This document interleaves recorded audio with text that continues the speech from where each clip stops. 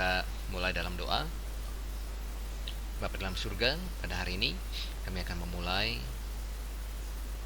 kelas daripada Apologetika 1.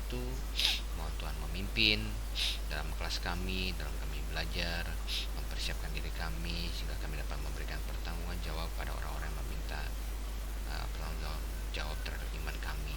Mohon Tuhan tolong, kami serahkan waktu selanjutnya ke dalam tangan Tuhan. Kami berdoa meminta di dalam nama Tuhan kami Yesus Kristus. Amin. Baik, kita akan masuk ke dalam materi kita selanjutnya. Kita akan menyambung sedikit dimana kita stop pertemuan yang pertama. Jadi masih di dalam menjawab keberatan terhadap apologetika ya. Oke. Nah, saya ada bagikan materi untuk hari ini, yaitu tentang agnostik. Saya juga sudah berikan PDF-nya. Jadi saya harap itu sudah di print dan di copy, dibagikan kepada seluruh mahasiswa-mahasiswa yang ikut kelas ini. Oke, kita awali dengan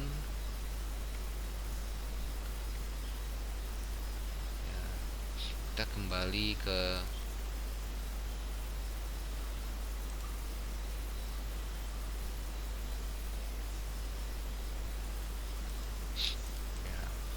ini ya. Nah, keberatan terhadap apologetika yang dicemot dari luar Alkitab. Nah, kita sudah bahas ini ya. Nah, kita masuk ke sini. Keberatan terhadap apologetika yang dicomot dari luar Alkitab. Oke.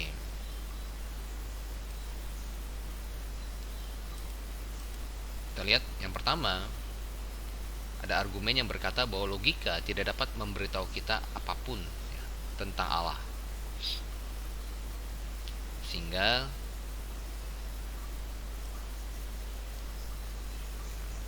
tidak ada gunanya untuk berapologetika ya.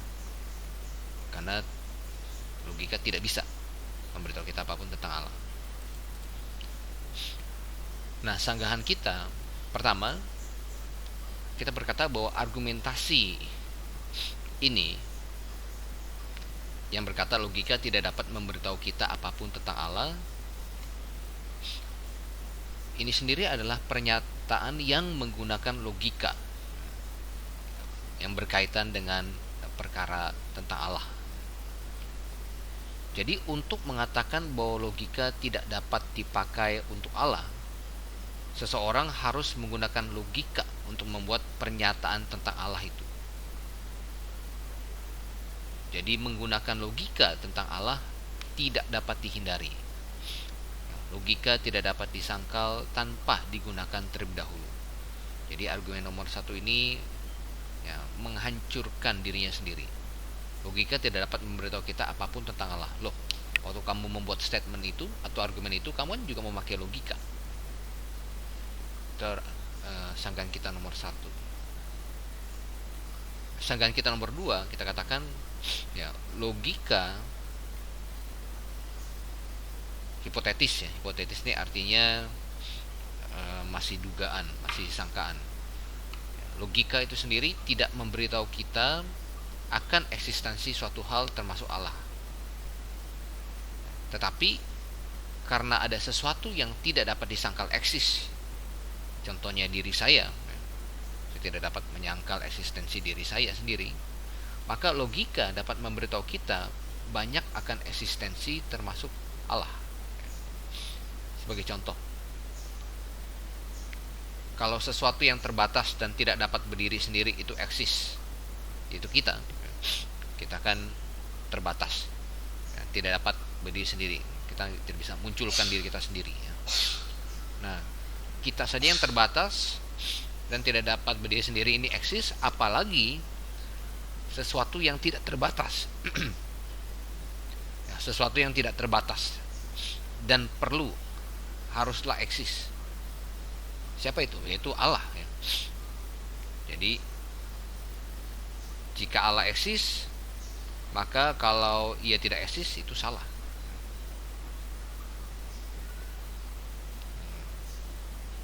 Demikianlah logika memberitahu kita bahwa jika Allah Maha Kuasa, maka ya Allah tidak dapat membuat sebuah batu yang begitu berat yang dia sendiri tidak dapat mengangkatnya, karena dia Allah yang Maha Kuasa.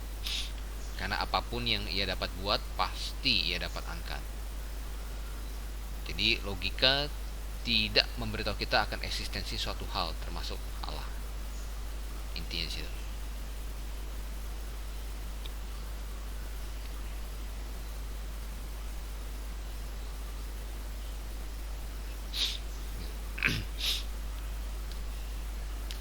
Jadi kita ada dua jawaban di sini ya. Logika sendiri tidak dapat memberitahu kita akan eksistensi suatu hal, termasuk Allah. Tetapi logika dapat memberitahu kita banyak tentang eksistensi, karena eksistensi ya tidak bisa disangkal. Oke, argumen yang kedua, logika tidak dapat membuktikan eksistensi apapun. Nah, ini seperti kita singgung dalam argumen pertama ya. Ini adalah argumen yang biasanya dipakai oleh kaum fideis. Kaum fideis, nanti kita akan melihat apa itu fideisme. Kaum fideis berargumentasi bahwa logika tidak berguna dalam perkara yang berkaitan dengan Allah. Seorang cukup percaya saja, atau iman ya, bukan logika yang diminta oleh Allah. Mereka kutip Ibrani 11 ayat 6 ya. Tanpa iman tidak mungkin orang berkenan kepada Allah. Nah, respon kita menjawabnya, pertama, bahkan dari sudut pandang Alkitab, Allah memanggil kita untuk menggunakan logika kita. Yang sudah lihat beberapa ayat di pertemuan kita selanjutnya ya. Yesaya 1 ayat 18, baik, marilah kita berperkara, let us reasoning. Mari kita menggunakan logika kita. 1 Petrus 3 ayat 15 ya. Jadi memberikan pertanggungan jawab tentu harus memakai logika ya. Matius 22 ayat 36 sampai 37. Hendaklah engkau mengasihi Tuhan Allahmu dengan segenap hatimu, jiwamu, dan segenap akal budimu. Jadi Allah adalah pribadi yang rasional, dan Allah menciptakan kita sebagai pribadi yang rasional. Allah tidak mungkin menghina logika yang Ia berikan pada kita dengan meminta kita untuk mengabaikannya dalam hal-hal yang sangat penting seperti kepercayaan kita tentang Dia. Ini respon pertama kita. Sanggahan kedua kita, posisi fideisme ini mengkontradiksi dirinya sendiri. Karena posisi ini berlogika atau beralasan agar kita tidak menggunakan logika tentang Allah. Jadi fideisme bilang logika tidak dapat membuktikan eksistensi apapun. Nah, ketika ya kaum fideis menggunakan argumen ini, mereka juga membuat argumen ini dengan logika. Itulah kenapa kita katakan mengkontradiksi diri sendiri. Karena posisi ini berlogika agar kita tidak menggunakan logika tentang Allah. Kalau fideisme tidak berlogika untuk menggunakan logika, jadi sekali lagi, kalau fideisme tidak berlogika untuk menggunakan logika, maka fideisme tidak memiliki ya, alasan untuk ya, argumen ini. Jadi logika bukanlah suatu jenis hal yang mana makhluk rasional dapat pilih untuk dipakai atau tidak. Jadi bukan seperti baju bisa dicopot apa enggak. Kenapa? Karena logika sudah Tuhan berikan ya, sebagai satu kesatuan manusia yang diciptakan serupa dan segambar dengan Allah. Karena manusia diciptakan sebagai makhluk yang berlogika. Allah adalah pribadi yang berintelek, begitu pula manusia diciptakan serupa dan segambar dengan Allah, memiliki intelek ya, memiliki logika. Oke, itu jawaban kita. Keberatan nomor 3 yang dicomot dari luar Alkitab, logika tidak berguna dalam hal rohani.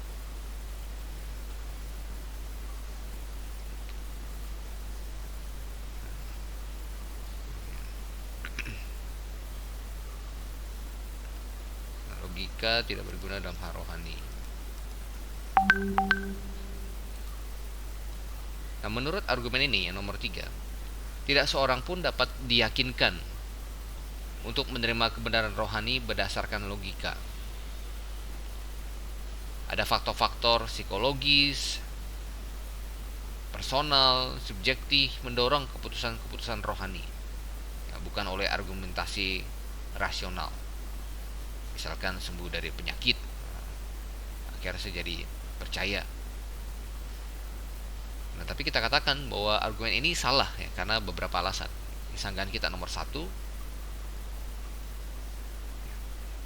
kita katakan siapa yang pernah menjadi orang percaya karena ia berpikir hal itu tidak rasional atau tidak masuk akal.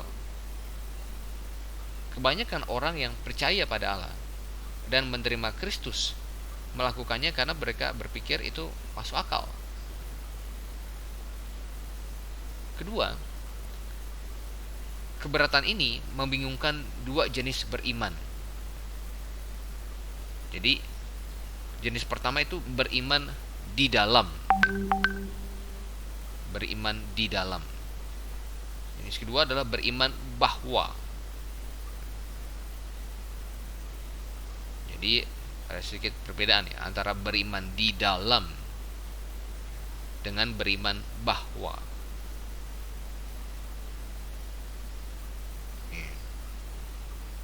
Jadi iman di dalam Allah atau iman di dalam Yesus Kristus ya, tidak didasarkan pada bukti dan logika. Itu ya iman. Tetapi tidak mungkin dilakukan tanpa bukti dan logika. Kita ambil contoh. Setiap manusia yang rasional berusaha untuk melihat apakah ada bukti, apakah sebuah lift ya ada lantainya atau enggak ya sebelum ia melangkah masuk ke dalam lift. Jadi ada lantainya, kalau enggak kan langsung nyemplung. Demikian pula semua manusia yang rasional menginginkan bukti bahwa pesawat bisa terbang sebelum mereka masuk ke dalamnya. Jadi beriman bahwa ini dia ya, ada di depan ya, berjalan lebih dahulu daripada beriman di dalam. Nah, apologetik ini berkaitan dengan yang pertama, beriman bahwa. Beriman bahwa Allah ada. Mengapa kamu beriman bahwa Allah ada? Beriman bahwa Yesus Kristus itu Allah. Mengapa kamu beriman bahwa Yesus Kristus itu Allah? Kita memberikan bukti-bukti dengan logika. Jadi apologetik ini berkaitan dengan ya, jenis yang pertama, yaitu beriman bahwa. Apologetik menyediakan bukti bahwa Allah itu ada, bahwa Kristus adalah Allah, bahwa Alkitab adalah firman Allah.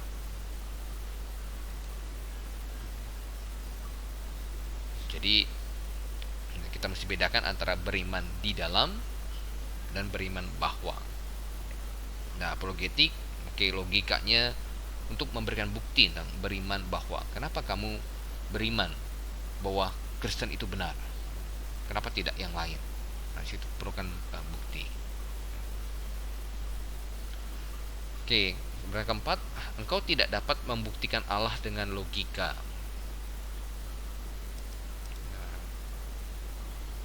Jadi menurut keberatan ini, eksistensi Allah tidak dapat dibuktikan dengan logika manusia.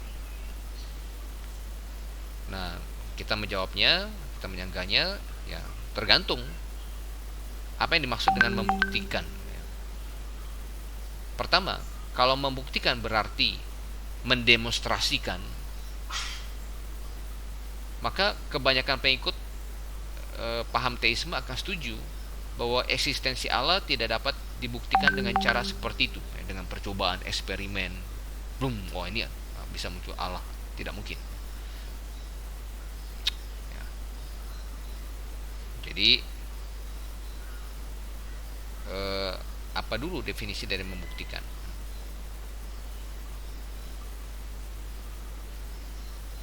Kedua, jika yang dimaksud dengan membuktikan berarti memberikan cukup bukti untuk atau menyediakan alasan yang bagus untuk, maka seseorang dapat membuktikan eksistensi Allah dan kebenaran kekristenan. Ya, jadi kalau membuktikan sini memberikan cukup bukti, menyediakan alasan yang bagus, maka ya, kita bisa memakai logika untuk membuktikan eksistensi Allah dan ya, kekristenan, ya, kebenaran kekristenan. Jadi apa yang kita bilang, tunggu dulu nih, maksud kamu membuktikan apa? Membuktikan dengan percobaan eksperimen, dus gitu segala macam, atau dengan perhitungan matematis? Tentu tidak bisa. Ya.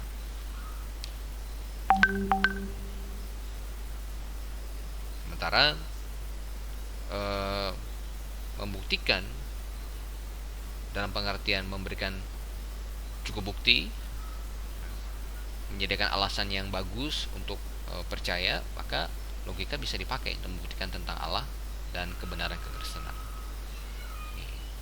Jadi itu keberatan-keberatan terhadap apologetika yang dicomot dari luar Alkitab. Oke, sudah selesaikan yang ini.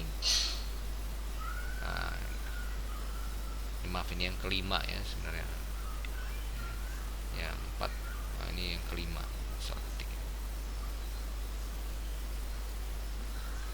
Ya, tidak ada orang yang bertobat melalui apologetik. Jadi kita juga sudah menjawab hal ini. Ya, kita melihat bagaimana para rasul seperti Rasul Paulus, ia memakai apologetika untuk ya bertukar pikir dengan orang-orang dari golongan Stoa, Epicurus. Bagaimana ia memakai apologetika untuk berkhotbah di atas Bukit Mars, memberitakan kepada orang-orang Athena tentang Allah yang tidak mereka kenal, yang mereka sembah itu. Dan kita membaca dalam Kisah Para Rasul, ada banyak orang yang berhasil diyakinkan. Ada banyak orang yang bertobat dan percaya Yesus. Bahkan sanggahan kita ya, bahkan kita sendiri ya, yang hari ini duduk di kelas ini, kita juga adalah orang-orang yang didapatkan, yang masih dibenarkan melalui apologetika.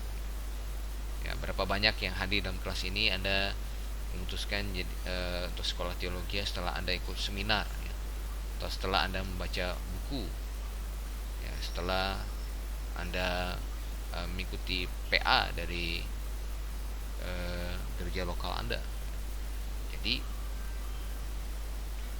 ya kita sendiri yang hadir pada di dalam kelas ini adalah bukti nyata bahwa apologetika bisa membawa orang kepada Kristus. Oke, kita lanjutkan sekarang ya. Oh, ini ada yang kelupaan di animasi. Jadi 2 tipe apologetika. Kasih latar belakang, ada perisai, pedang. Ini menunjukkan ya.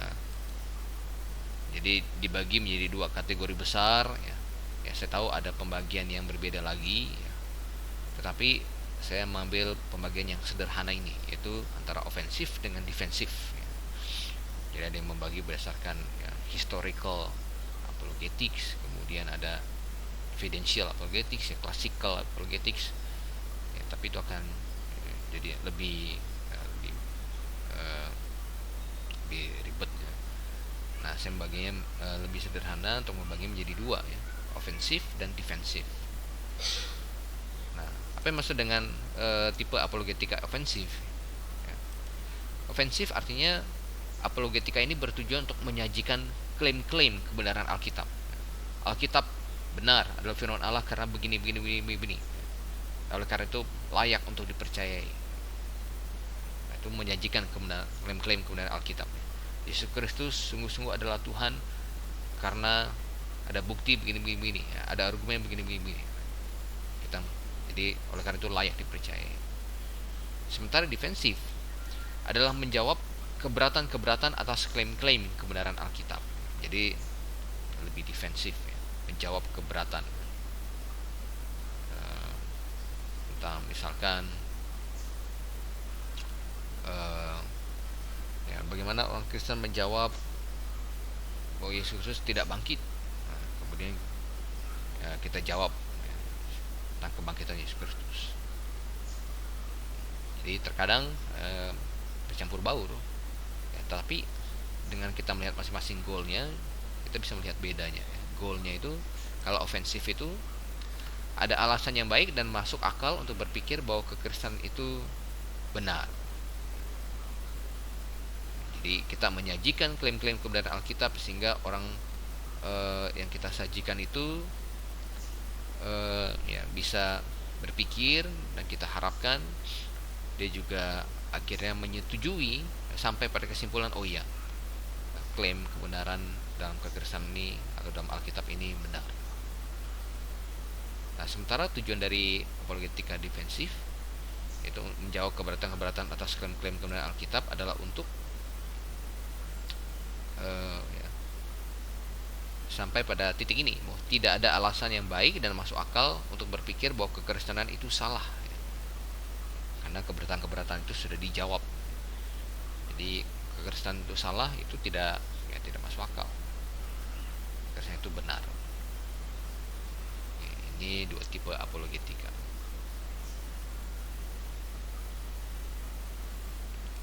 Oke. Nah, kemudian kita mau masuk ke agnostikisme. Agnostikisme. Kita masuk ke metodologi.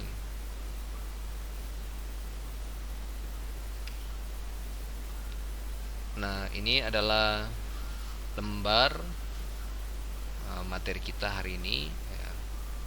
Semoga ini sudah dibagikan, Anda pegang masing-masing. Jadi saya sudah berikan tempat-tempat kosong isian untuk Anda tulis ya.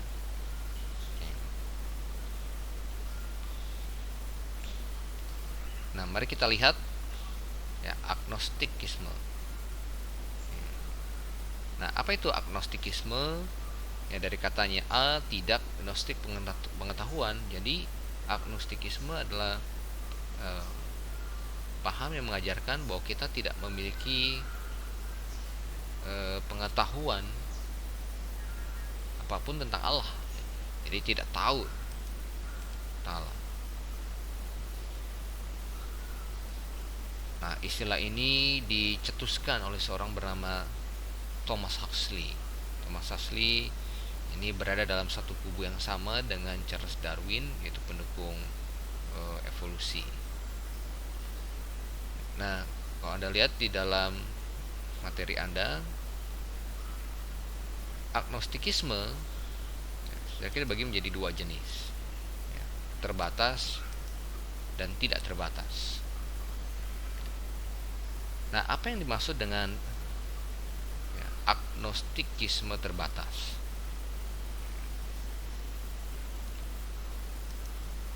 Agnostikisme terbatas mengklaim Allah sebagiannya tidak dapat diketahui karena manusia terbatas dan telah jatuh ke dalam dosa. Bedanya apa dengan yang tidak terbatas? Tidak terbatas mengklaim bahwa Allah dan semua realitas tidak dapat diketahui sama sekali. Nah, ini bedanya. Kalau terbatas ya, hanya sebagian tentang Allah yang kita tidak dapat ketahui karena manusia terbatas dan telah jatuh dalam dosa. Tapi kalau tidak terbatas, kita sama sekali blank, sama sekali tidak tahu apapun ya, tentang Allah, tidak dapat diketahui. Jadi ini agnostik, ini lawan daripada agnostik ya. Nah, ini banyak ditentang oleh Rasul Yohanes, para penulis PB itu adalah gnostik. Nah, ini adalah agnostik.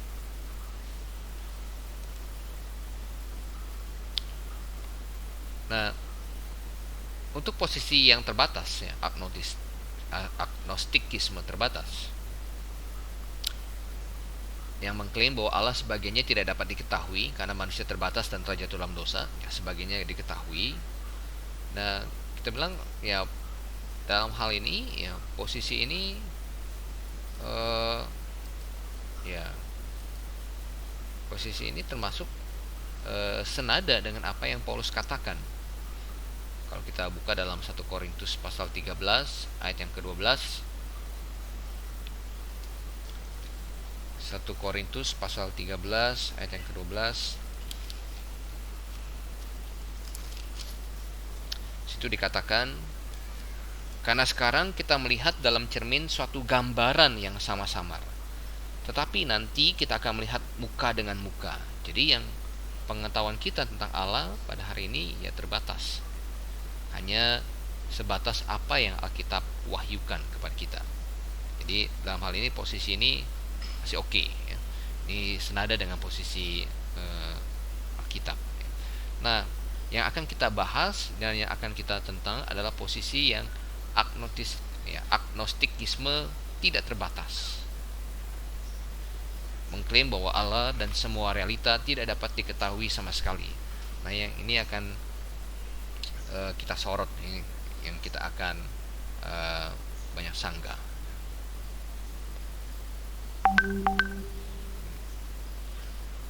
Oke, baik, kita masuk ke berikutnya.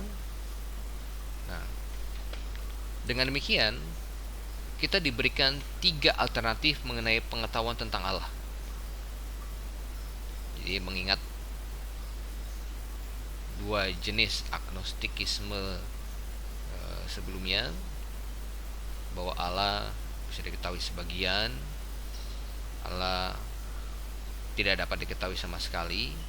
Nah, kita diberikan 3 alternatif mengenai pengetahuan akan Allah. Satu, ada yang namanya agnostikisme itu sendiri. Dalam hal ini berbicara tentang yang tidak terbatas, ya. Jadi agnostikisme ya, ini adalah posisi di mana kita tidak dapat tahu apa-apa tentang Allah. Agnostikisme. Jadi tidak tahu apapun, ya, tentang Allah. Bahwa Allah tidak dapat diketahui. Posisi ini kita sebut dengan agnostikisme. Oke, sementara di sisi lainnya, dogmatisme ini adalah posisi di mana ya, kita dapat tahu segala sesuatu tentang Allah. Kita dapat tahu segala sesuatu tentang Allah. Nah, itu di isian Anda, ya, di materi Anda yang nomor 2. Bahwa Allah dapat diketahui secara total. Allah dapat diketahui secara menyeluruh. Ya, posisi ini disebut dogmatisme. Nah, jelas posisi ini tidak mungkin dipertahankan. Tidak dapat dipertahankan. Kenapa? Karena seseorang harus menjadi Allah untuk mengetahui Allah secara menyeluruh.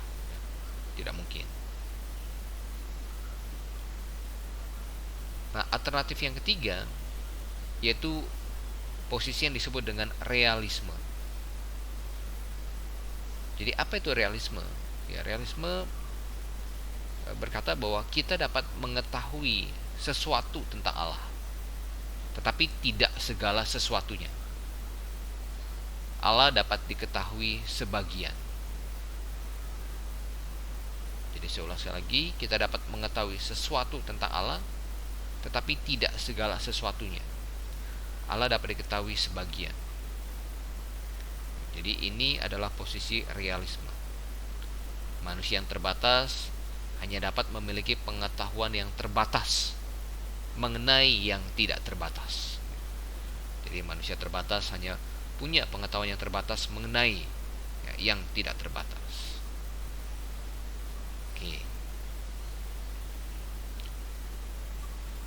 Oke, kita masuk ke selanjutnya. Kalau Anda tertinggal dan bisa pinjam dengan teman, atau Anda bisa nanti ditonton ulang lagi, ya. Itu salah satu kelebihan dari pelajaran berupa video. Oke, kita masuk. Lihat nomor 2, ada tokoh-tokoh agnostikisme. Oke, sebelumnya ini dulu. Ini saya dapat ini dari internet, ya, dari ini. Dan ini bisa membantu kita sedekah untuk melihat, ya. Agnostik ini bertolak belakang dengan gnostik, ya. Agnostik bilang berkaitan dengan pengetahuan, ya, kita tidak tahu apapun. Sementara gnostik kita bisa tahu, ya, semuanya. Sementara teis dia berbicara tentang ya, percayaan, ya, belief, ya. Teis percaya ada Allah, ateis tidak percaya ada Allah. Jadi agnosticism addresses knowledge, atheism addresses belief. The agnostic says, I don't have knowledge that God exists. The atheist says, I don't have a belief that God exists.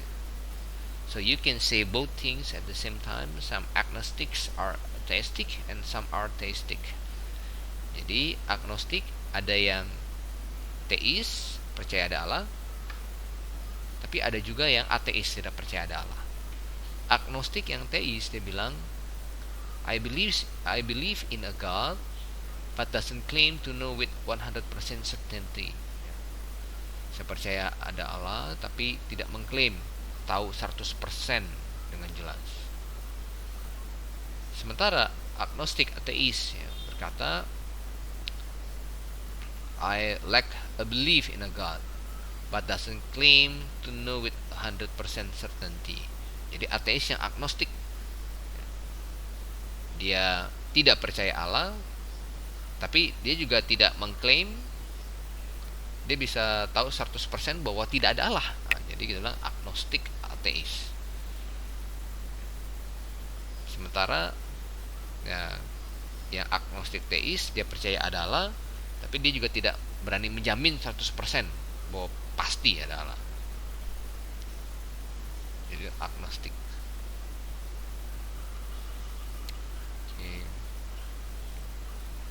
Jadi kita tidak tahu lah, tidak tahu. Oke, kita masuk ke tokoh-tokoh agnostikisme. Jadi saya ambil 3 tokoh yang cukup terkenal. Ada David Hume yang menulis dalam bukunya Am I an Atheist or an Agnostic? Dia bilang, sebagai seorang filsuf, jika saya berbicara kepada hadirin yang mengejar filsafat, saya akan katakan bahwa saya akan menggambarkan diri saya sebagai seorang agnostik, karena saya tidak berpikir bahwa ada argumen yang bisa menyimpulkan bahwa argumen yang bisa menyimpulkan yang bisa dipakai seseorang untuk membuktikan bahwa there is not a God, tidak ada Allah.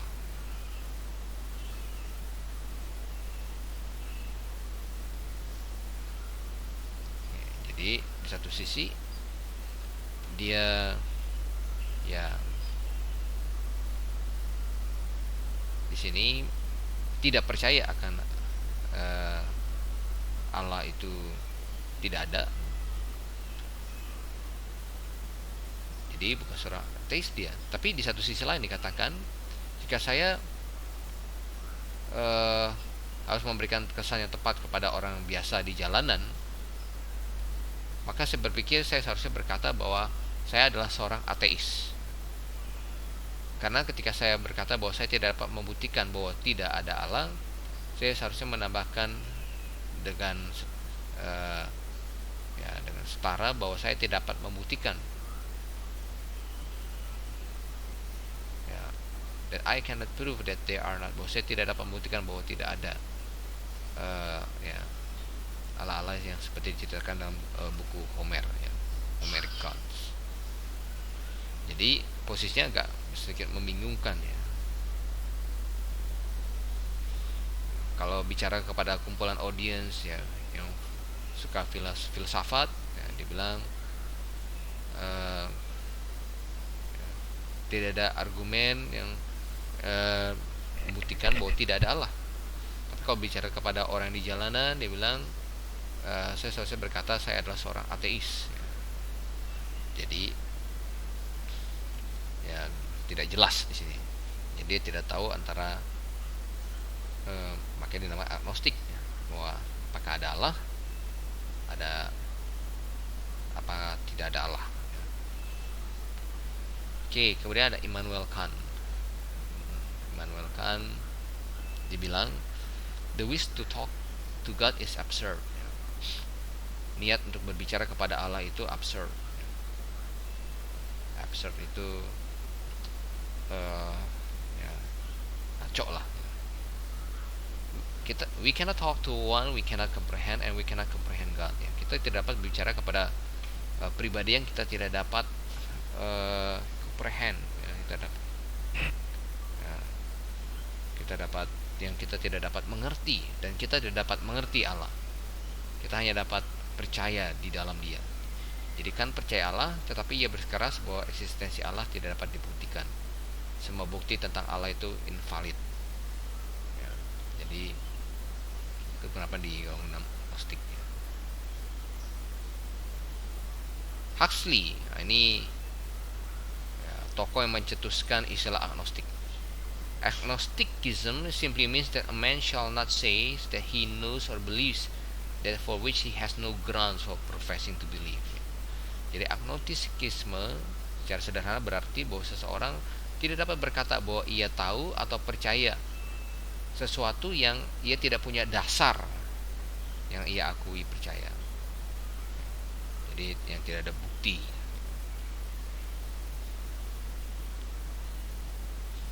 Oke.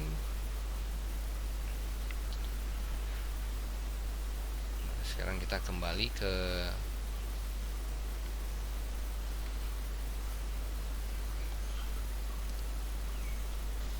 yang di PDF. Kita masuk ke nomor 3 ya. Nomor 1, 2 sudah, kita masuk ke nomor 3. Argumen-argumen yang mendukung agnostikisme. Nah, argumen-argumen yang mendukung agnostikisme itu yang saya kasih tanda panah ini ya, arrow. Yang bunga-bunga ini harus cara kita menjawabnya, menyanggahnya.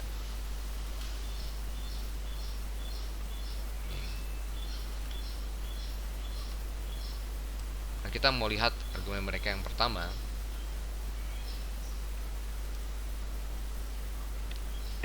Hubungan sebab akibat tidak perlu dan tidak dapat digunakan, karena hubungan itu berdasarkan pada kebiasaan. Pengetahuan akan hubungan sebab akibat muncul dari pengalaman. Itu isiannya. Muncul dari pengalaman.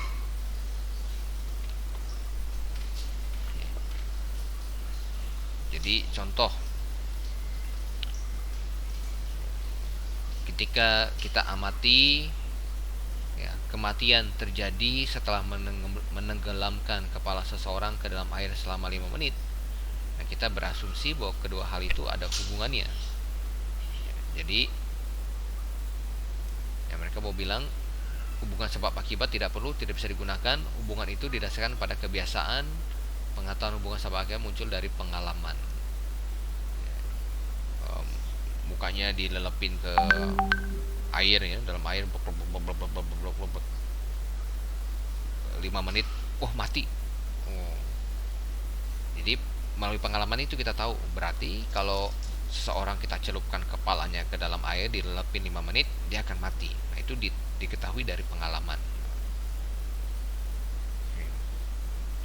Jadi mereka kemudian mengatakan lagi, ketika suatu peristiwa yang diamati terjadi segera setelah peristiwa lainnya, kemudian hal itu terjadi berulang-ulang, kita mulai membentuk ide atau pemikiran bahwa satu peristiwa itu terjadi karena peristiwa lainnya.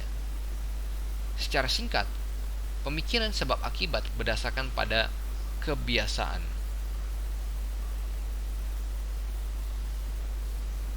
Karena terus-menerus terjadi berulang-ulang. Gabungan beberapa peristiwa membuat seseorang percaya atau mengusulkan bahwa ada hubungan antar peristiwa itu. Namun hubungan atau kaitan ini tidak dapat diketahui. Itu jawabannya. Namun hubungan atau kaitan ini tidak dapat diketahui, hanya secara sederhana dipercayai. Jadi hubungannya kita nggak tahu. Yang saya percaya karena biasanya kalau dilelepin 5 menit akan mati.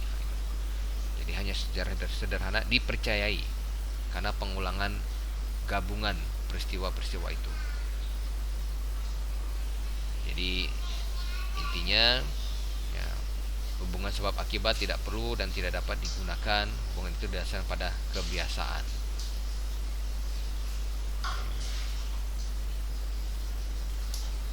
Nah, demikian pula, mereka mau katakan pakai argumentasi ini, kalian tidak bisa membuktikan bahwa Allah itu ada dari hubungan sebab akibat. Dunia ini ada ya begitu teratur, pasti ada penyebabnya dong. Kalian tidak bisa pakai itu orang Kristen atau kelompok teis yang percaya ada Allah, karena hubungan itu berdasarkan pada kebiasaan. Apa kita melihat secara berulang-ulang ada, kemudian karena dunia ini ada karena Allah ciptakan, ada dunia lagi kita tidak melihat kan? Jadi itu argumen mereka. Jadi hubungan sebab akibat tidak perlu, tidak bisa digunakan. Jadi sama seperti yang dikatakan oleh si Kant tadi ya, segala bukti tentang Allah ya, yang rasional itu adalah invalid ya. Oke, nah bagaimana kita menjawabnya?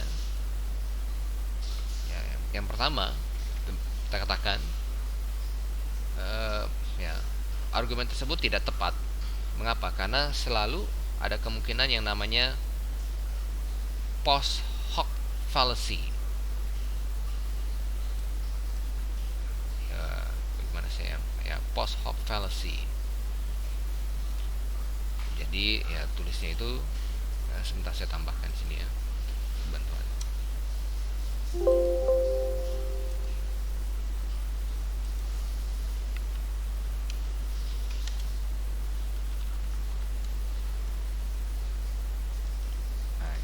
Post hoc fallacy.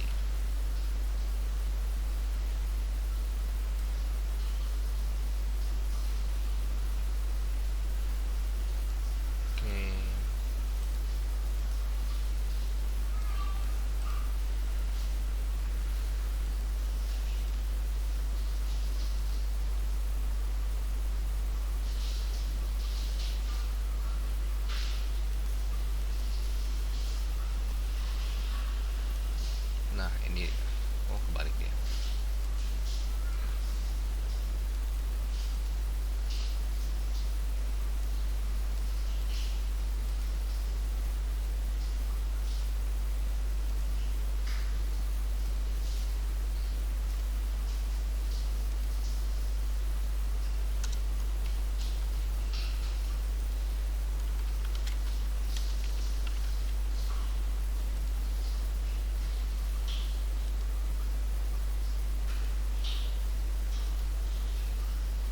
Ini cara nulisnya.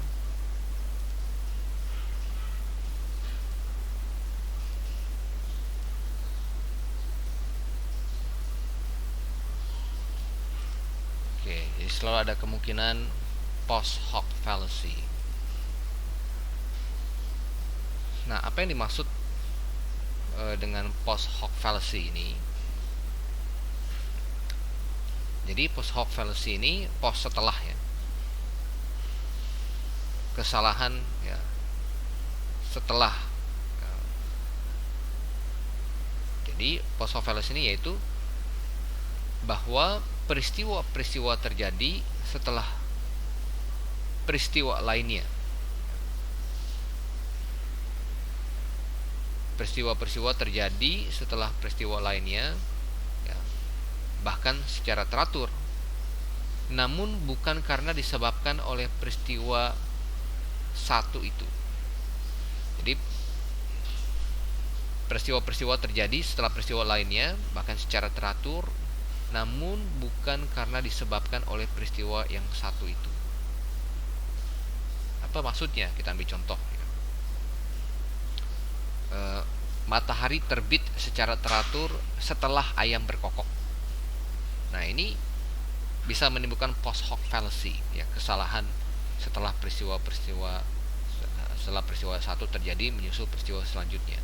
Kemudian bisa jadi kesalahan hubungan di situ. Matahari terbit secara teratur setelah ayam berkokok. Tetapi jelas, ya, bukan karena ayam berkokok maka matahari terbit, ya. Nah, terkadang orang bisa memiliki post hoc fallacy,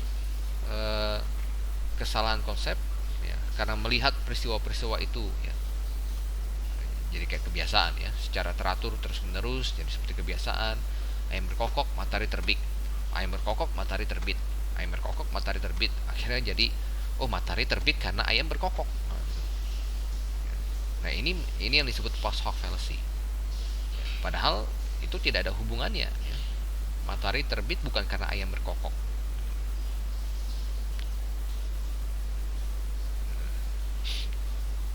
Jadi selalu ada kemungkinan post hoc fallacy. Demikian pula argumen mereka yang mereka bilang hubungan sebab akibat tidak digunakan, hubungan itu berdasarkan pada kebiasaan. Tidak juga, ya. Terkadang ya, kebiasaan itu terjadi, tapi itu tidak menjelaskan, atau tidak berkaitan dengan peristiwa lainnya yang terjadi setelah peristiwa yang satu ini. Jadi tidak ada hubungannya sebenarnya, ya, antara matahari terbit dengan ayam berkokok, hanya karena kebiasaan saja. Oke, selalu ada kemungkinan post hoc fallacy.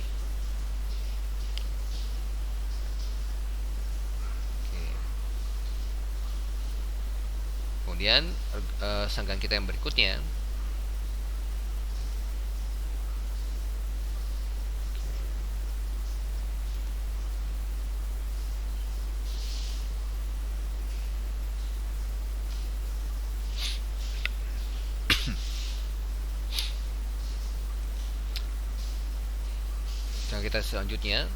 hubungan sebab akibat bukan tidak dapat dibenarkan.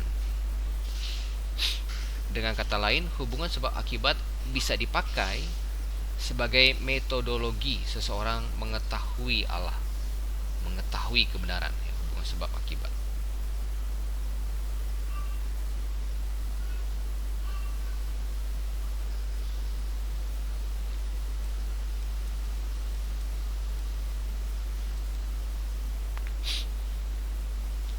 Ya.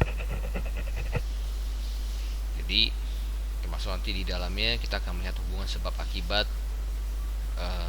Ya, dunia ini eksis, ya, terjadi seperti ini, begitu teratur, ya, indah, pasti ada penyebabnya. Nah, itu bisa dipakai untuk sebagai metodologi seseorang untuk tahu, ya, eksistensi kan Allah, ya, kebenaran. Nah, di dalam Roma pasal 1 ayat 19-20, jadi situ Tuhan ya, berkata bahwa apa yang tidak nampak dari dirinya bisa nampak melalui kepada karyanya. Kalau kita lihat, ya, Roma 1 ayat 19-20, apa yang tidak nampak daripadanya, yaitu kekuatannya yang kekal dan keilahiannya, nampak kepada pikiran dari karyanya sejak dunia diciptakan sehingga mereka tidak dapat berdalih. Ya, jadi ini jelas memakai hubungan argumentasi hubungan sebab akibat, ya. Manusia melihat alam ciptaan Tuhan, kemudian bisa menarik kesimpulan bahwa ada penyebabnya, sehingga, ya, firman Tuhan katakan mereka tidak dapat berdalih.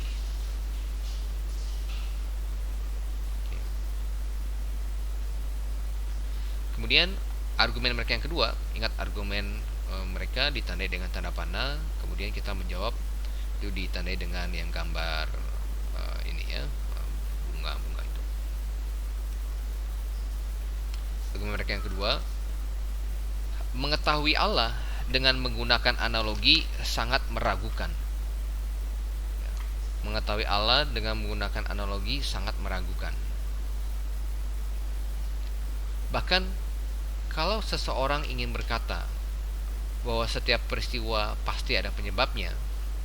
Walaupun demikian, ia tidak dapat membangun pengetahuan mengenai Allah dari fakta ini, karena analoginya sangat lemah.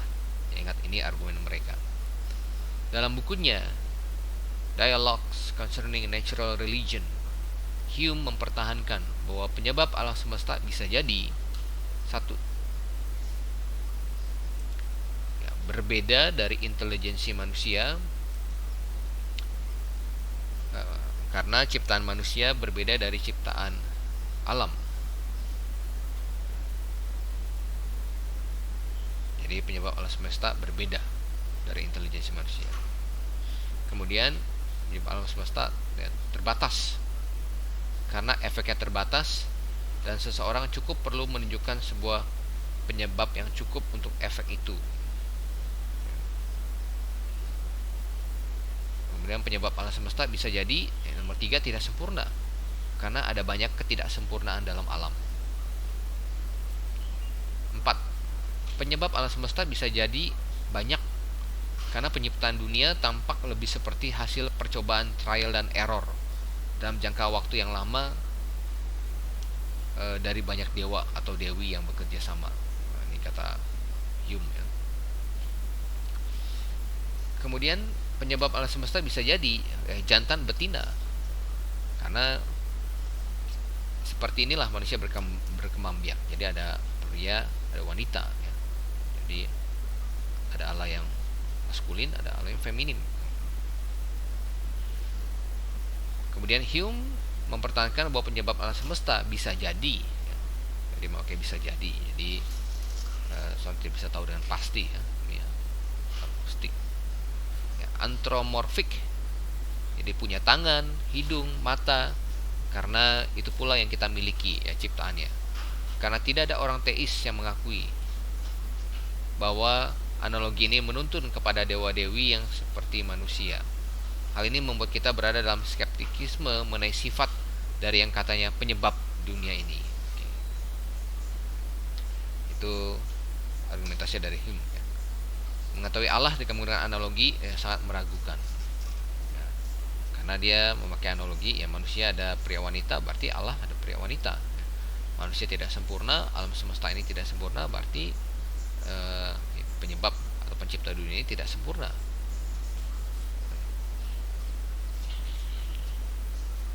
Oke, nah kita menjawabnya, kita katakan serupa. Apa maksudnya serupa di sini?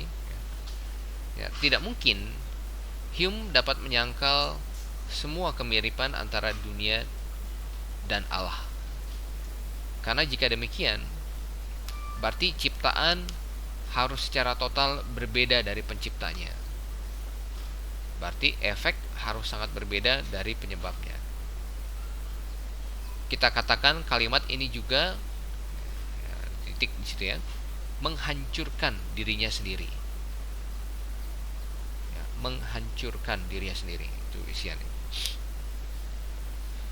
Karena kecuali seseorang memiliki pengetahuan tertentu akan sang penyebab, tidak akan ada dasar untuk menyangkal kemiripan dengan efek atau ciptaannya, ya, kemiripan sang penyebab dengan efek atau ciptaannya. Oleh karena itu,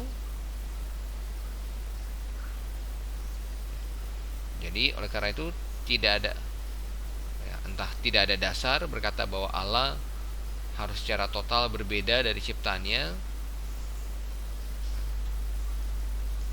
yang tidak mungkin, karena Hume juga tidak percaya itu. Atau Hume harus berkata bahwa ia punya pengetahuan tentang Allah. Jadi kalau Hume berkata dia punya pengetahuan tentang Allah, maka dia bukan lagi seorang agnostik. Nah, jadi itulah kenapa kita katakan argumennya ini menghancurkan dirinya sendiri.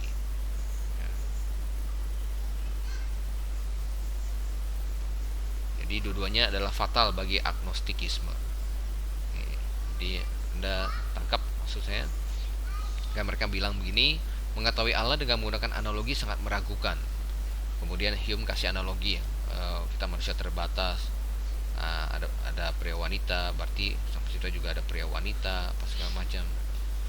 Nah, ya. Nah, nomor satu, ya, kita bilang itu menciptakan diri sendiri. Nomor satu, kalau kamu ya, kita sama-sama setuju bahwa efek atau ciptaan ini serupa atau ya tidak berbeda jauh dari penciptanya. Ya, hanya membedakannya ya kita terbatas ya. Kita sang pencipta tidak terbatas. Ya, kita manusia diciptakan serupa dan segambar dengan Allah. Nah, jadi Hume juga sama-sama setuju ini. Ya. Jadi kalau kita bilang ciptaan harus secara total berbeda dari sang pencipta, nah dia juga tidak setuju itu. Nah, atau kalau misalkan Hume bilang enggak, ciptaan harus berbeda secara total dengan sang pencipta. Nah, kita bisa tanya juga ya, kita bisa bertanya kepada dia, loh kamu tahu dari mana kalau ciptaan harus berbeda secara total dengan sang pencipta? Ya saya tahu kalau begitu kamu bukan lagi seorang agnostik, karena kamu tahu tuh, gitu. Bukannya tidak tahu. Jadi kedua-duanya fatal ya bagi agnostikisme. Ya, kita menyanggahnya. Oke, argumen mereka yang berikutnya.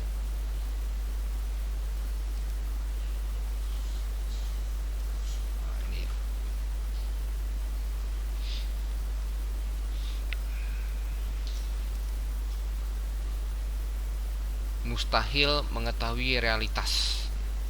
Ada perbedaan antara mengetahui dan eksistensi sesuatu itu sendiri.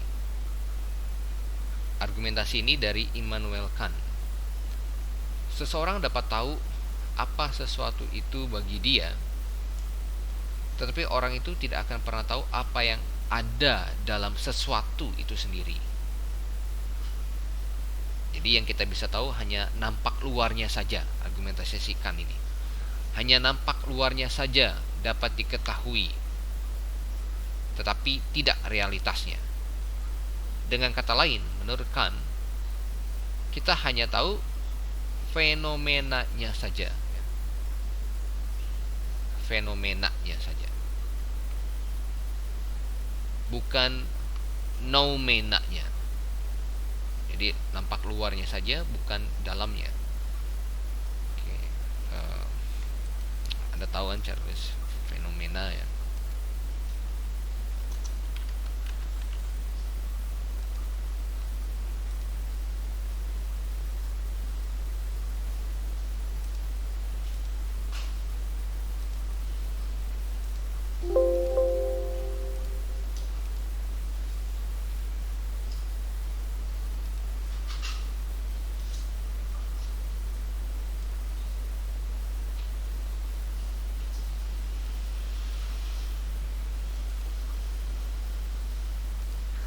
Fenomena bukan noumenanya.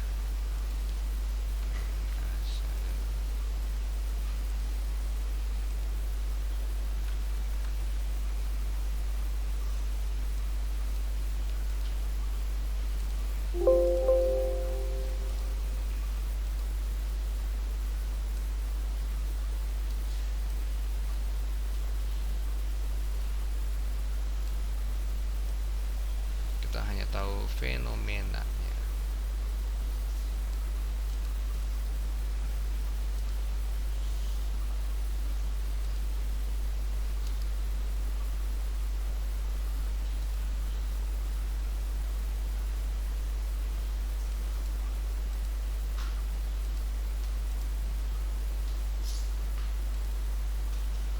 Bukan noumenanya.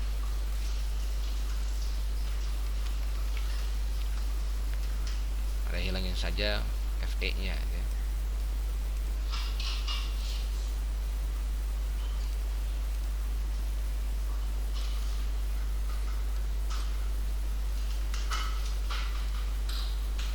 Ya.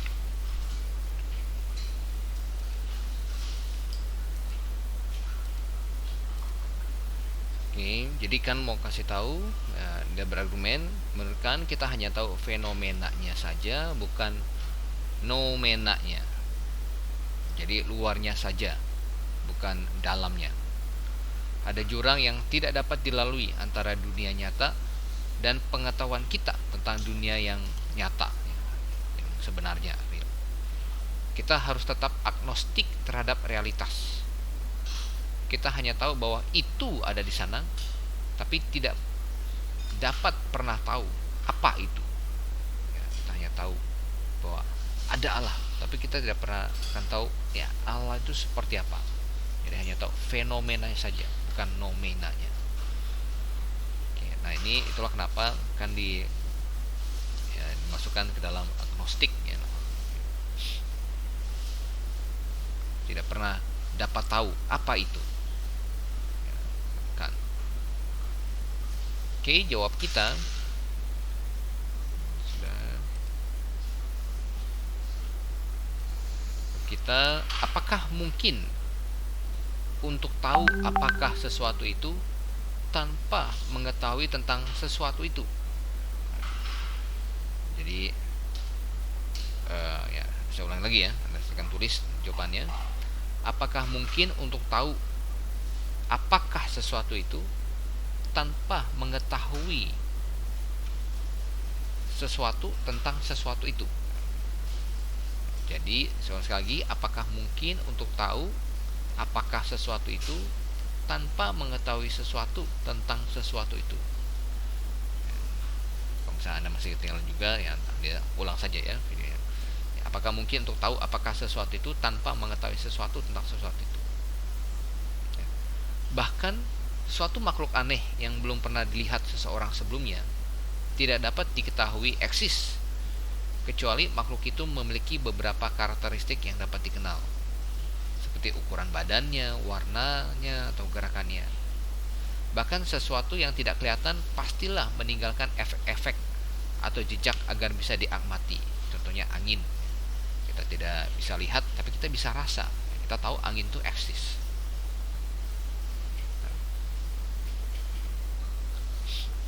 Oke, contoh lainnya,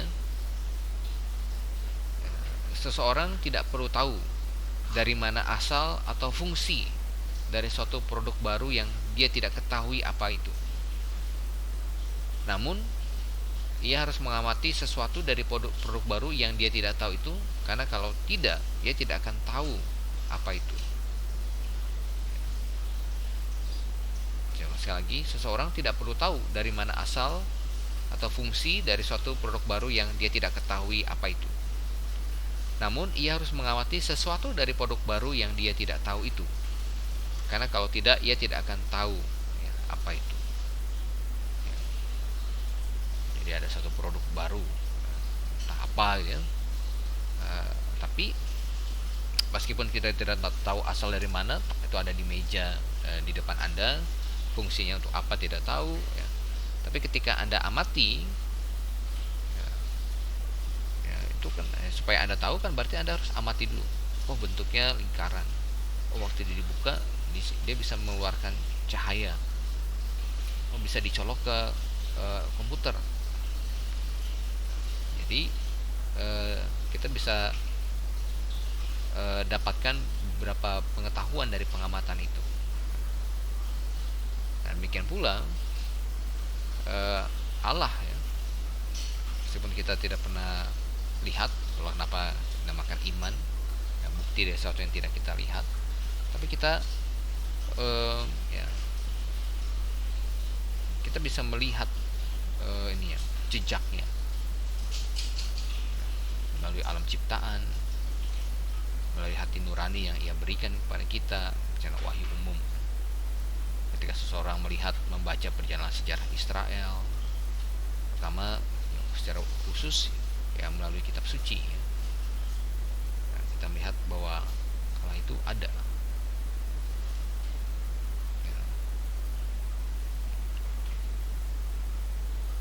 Ya, tidak mungkin menyatakan apa sesuatu itu. Ini jawabannya apa ya. Tidak mungkin menyatakan apa sesuatu itu tanpa secara bersamaan menyatakan sesuatu tentang barang itu. Tidak mungkin menyatakan apa sesuatu itu tanpa secara bersamaan menyatakan sesuatu tentang barang itu. Sesuatu tentang barang itu. Oke. Kemudian kita jawab lagi, argumentasikan juga menghancurkan dirinya sendiri, self defeat, ya, mengkontradiksi dirinya sendiri, menghancurkan dirinya sendiri. Kan mengakui bahwa apa yang dapat kita ketahui hanya nampak luarnya, bukan isi sesungguhnya. Ini juga bukanlah posisi agnostisisme yang mengajarkan kita tidak dapat tahu apa-apa. Jadi ketika kalian bilang yang kita tahu hanya luar saja, bukan isi sesungguhnya, itu juga sudah tahu, itu juga sudah pengetahuan. Jadi luarnya itu yaitu sesuatu tentang, itu memberitahu kepada kita tentang dalamnya itu. Dan ketika ia tahu saja sesuatu tentang atau luarnya itu atau yang fenomenanya itu, ya kamu sudah bukan agnostik lagi yang bilang saya tidak tahu apa-apa. Kamu sudah ada pengetahuan meskipun hanya kamu bilang fenomenanya luarnya saja, tapi itu sudah ada pengetahuan. Jadi akan self defeat, mengkontradiksi dia sendiri, bukan lagi agnostik. Ingat yang kita bahas ini, agnostik ini ditujukan untuk agnostik yang itu, yang tidak terbatas, ya. Kita tidak bisa tahu sama sekali, gitu ya. Oke, kita masuk ke argumen berikutnya.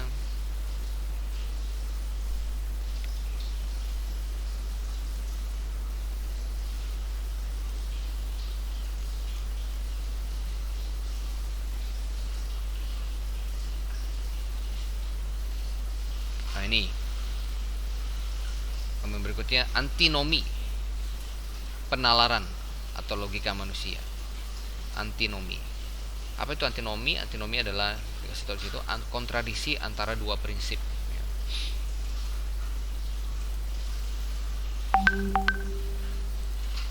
Antinomi.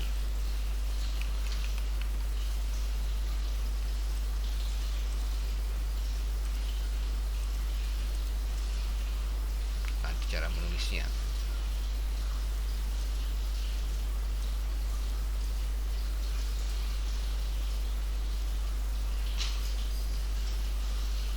Antinomi.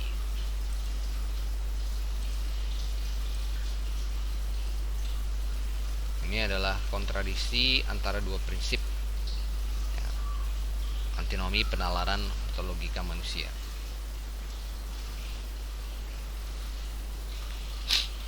Jadi argumen mereka berkata bukan hanya ada jurang yang tak dapat dilalui antara mengetahui dan eksistensi sesuatu itu sendiri, tetapi ada juga kontradiksi antara pemahaman kita dengan sifat dari realitas. Jadi ada kontradiksi antara pemahaman kita dengan sifat dari realitas. Contohnya adalah antinomi waktu. Jawabannya, contohnya adalah antinomi waktu. Kalau dunia memiliki permulaan waktu, maka sebuah waktu yang tidak terbatas pastilah telah berlalu sebelum dunia mulai. Kalau dunia memiliki permulaan waktu, maka sebuah waktu yang tidak terbatas pastilah telah berlalu sebelum dunia mulai. Tetapi hal ini adalah mustahil, karena sebuah waktu yang tidak terbatas tidak akan pernah bisa selesai. Jadi ada kontradiksi, penalaran. Di sisi lainnya, kalau dunia benar-benar memiliki permulaan waktu, maka pastilah ada suatu waktu sebelum waktu dimulai, yang adalah mustahil.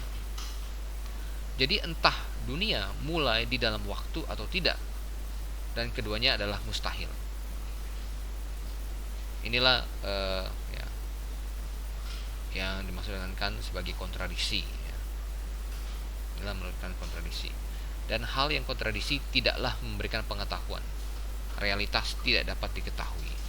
Jadi contoh antinomi waktu, ya, dunia diciptakan di dalam waktu atau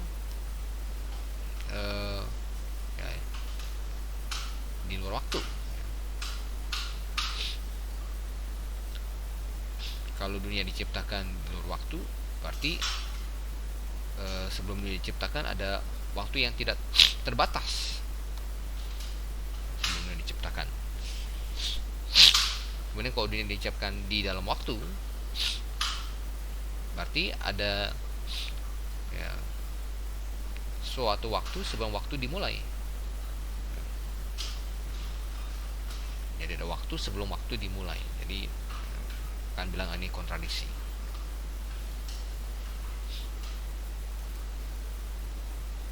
Oke, nah, oke, kita bahas dua-duanya dulu, baru kemudian kita jawab. Contoh lainnya adalah antinomi sebab akibat. Menurutkan, ya, jawabannya sebab akibat. Menurutkan, kalau segala sesuatu memiliki sebabnya, maka tidak mungkin ada namanya penyebab mula-mula, causa prima. Karena penyebab mula-mula itu juga harus punya sebab. Kalau segala sesuatu ada penyebabnya, maka penyebab mula-mula juga harus ada sebabnya. Berarti harus ada penyebab. Siapa yang ciptakan? Allah, kalau gitu. Oke, kita jawab. Yang pertama tentang antinomi waktu.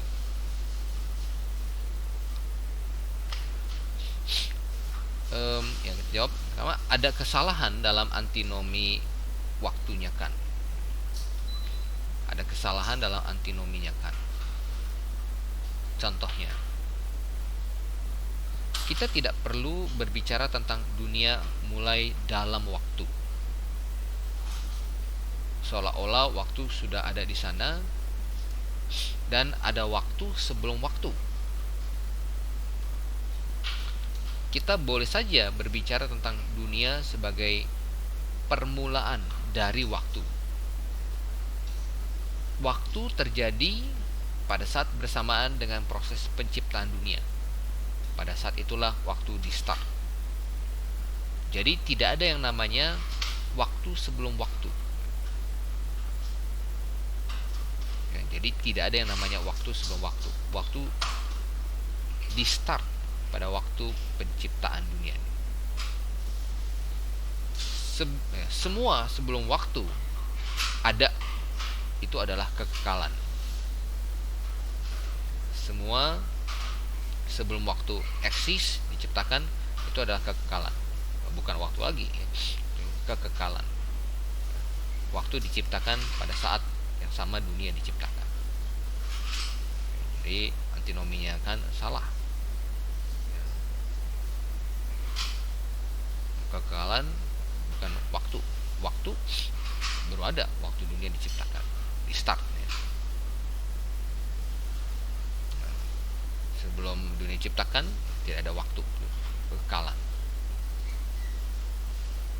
Oke, kemudian mengenai antinomi sebab akibat, sama halnya dengan jawaban kita di atas, adalah salah berpandangan segala sesuatu perlu penyebab, termasuk Allah juga.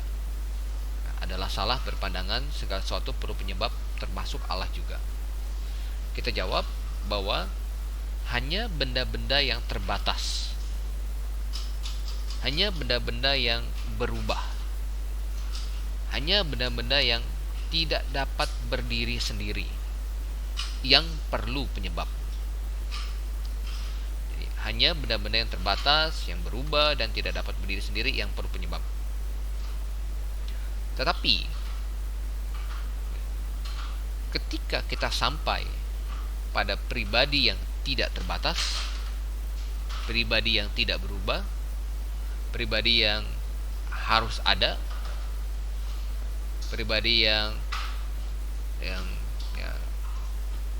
mampu berdiri sendiri, maka tidak perlu lagi keperluan akan sebuah penyebab. Jadi yang perlu penyebab itu adalah yang terbatas. Sementara yang tidak terbatas tidak perlu penyebab. Nah, itu poinnya. Yang perlu penyebab itu adalah pribadi yang terbatas, yang berubah, yang tidak dapat berdiri sendiri, sementara pribadi yang tidak terbatas tidak perlu penyebab.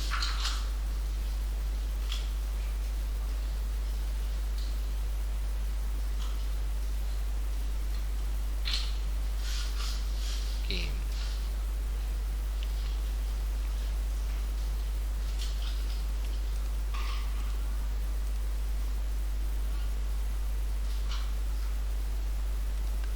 Oke, kita masuk ke argumentasi yang terakhir dari agnostik.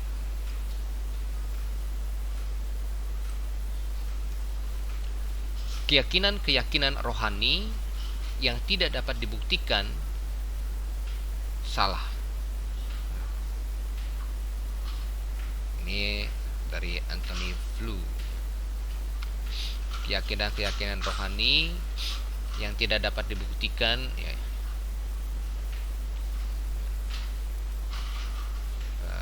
yang tidak dapat dibuktikan salah.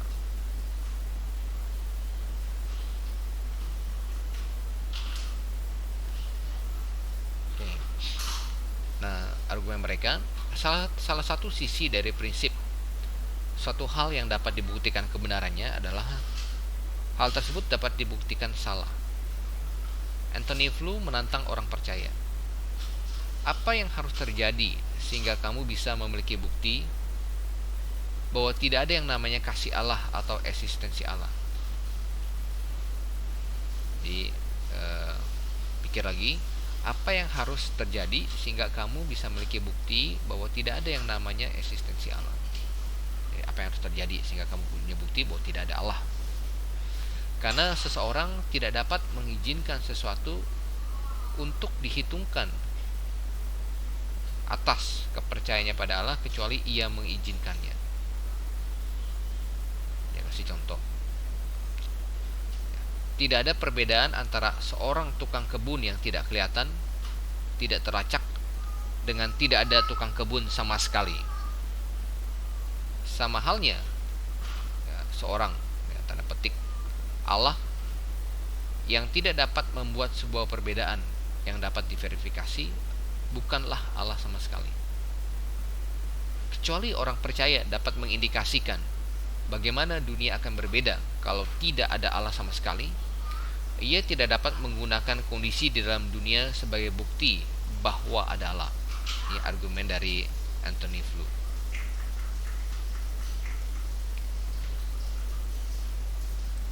Nah, kita mau menjawabnya.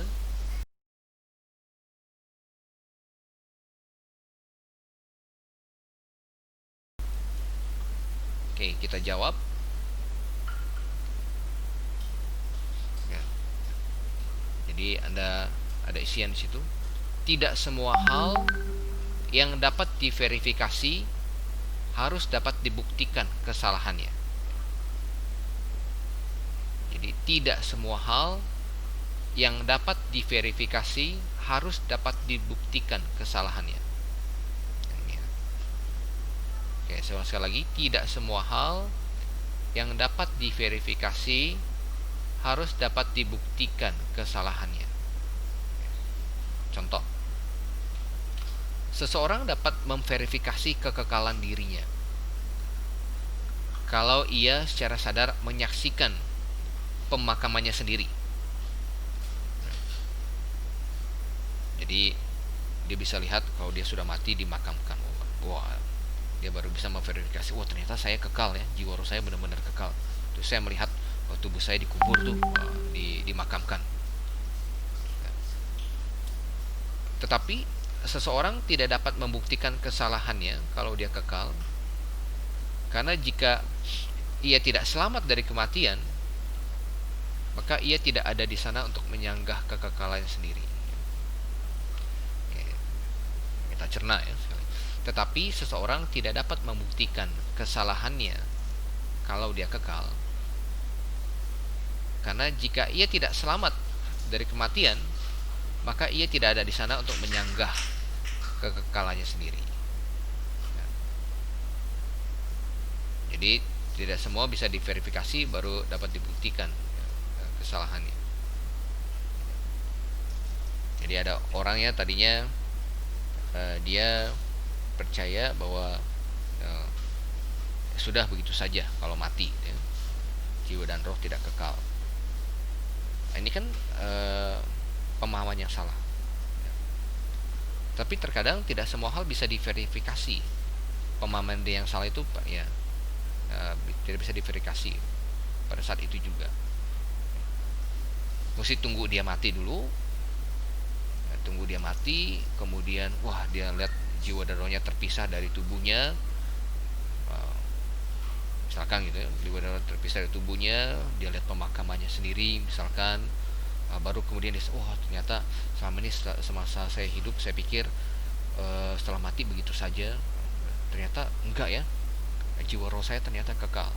Nah dia kan tidak bisa verifikasi, dia kan tidak bisa samperin kepada saudaranya atau murid-muridnya kalau dia seorang guru, oh ternyata ajaran saya dulu ya sudah jadi arwah gitu, ajaran saya dulu itu salah, ya kan nggak mungkin. Jadi tidak semua hal yang dapat diverifikasi harus dapat dibuktikan kesalahannya. Ia tidak ada di sana untuk menyanggah kekalahan sendiri.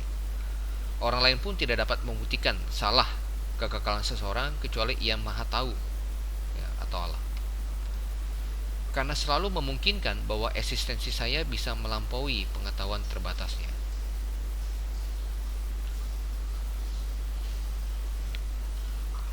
Oke.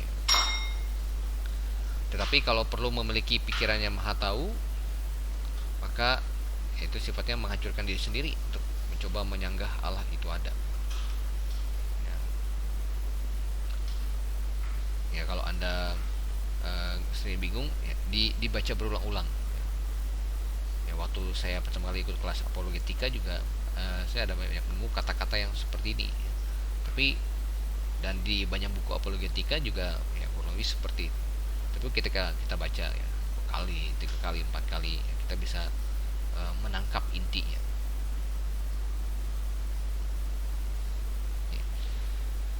Jadi kita bisa simpulkan bahwa seluruh klaim kebenaran harus dapat diuji atau diargumentasikan.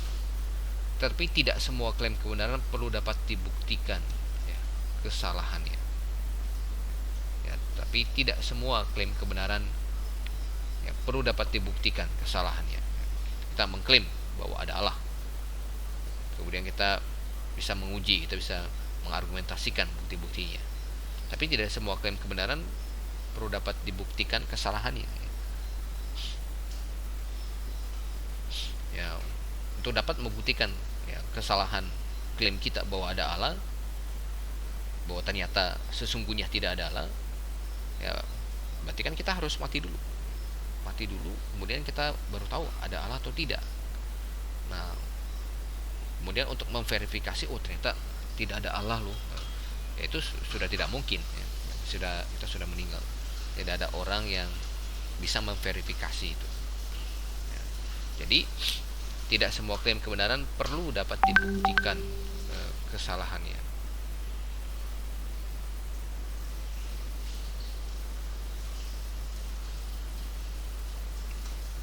Oke, baik, saya pikir materi kita hari ini cukup sampai di sini. Kalau ada pertanyaan silakan Anda bisa tanyakan di grup WhatsApp atau kirim voice note, saya akan jawab dari dalam video berikutnya atau di dalam grup itu. Mari kita berdoa. Bapa dalam surga, kami bersyukur untuk penyertaan-Mu di tengah-tengah pandemi ini. Kami dapat memakai teknologi, dapat memakai waktu kami untuk mengisi dan membangun kami, memperlengkapi kami. Nah, kami dapat menjadi orang-orang yang mampu memberikan pertanggung jawab terhadap mereka yang meminta pertanggungan jawab iman kami. Tuhan tolong kami, mampukan kami, tambahkan kami hikmat ya Bapa. Kami berdoa di dalam nama Tuhan kami Yesus Kristus.